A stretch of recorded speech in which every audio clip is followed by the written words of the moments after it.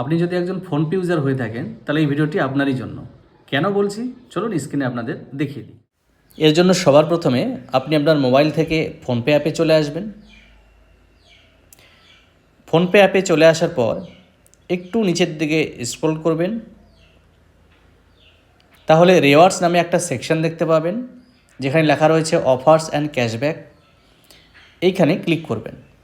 এখানে ক্লিক করার পর ওপরে দেখুন ইউ হ্যাভ 5 সেভড রিওয়ার্ডস, অর্থাৎ 5টা কুপন বা রিওয়ার্ডস এখানে রয়েছে যেগুলো আমি স্ক্র্যাচ করতে পারবো। তো সেগুলো স্ক্র্যাচ করে আপনাদের দেখিয়ে দিতে চাই যে এই কুপনগুলোতে আমি কত টাকা রিওয়ার্ডস পেলাম। এবং আপনারাও আপনাদের মোবাইলে অবশ্যই এটি চেক করবেন এবং চেক করে কে কত টাকা রিওয়ার্ডস পেলেন এই ভিডিওর কমেন্ট বক্সে জানাবেন।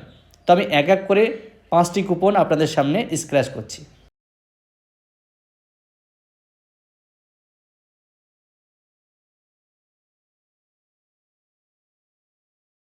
যেমনটা দেখতে পাচ্ছেন 3টে কুপন রয়েছে, আমি সেগুলো স্ক্র্যাচ করে আপনাদের দেখাবো এবং আপনাদের জানাতে চাই যে প্রত্যেকটা কুপনের কিন্তু একটা টাইম পিরিয়ড বা ভ্যালিডিটি থাকে। আপনারা যদি এগুলো বেশি দিন ফেলে রাখেন তাহলে কিন্তু সেই কুপনগুলো এক্সপায়ার হয়ে যায়। তো আপনারা চেষ্টা করবেন টাইম টু টাইম কুপনগুলোকে স্ক্র্যাচ করার।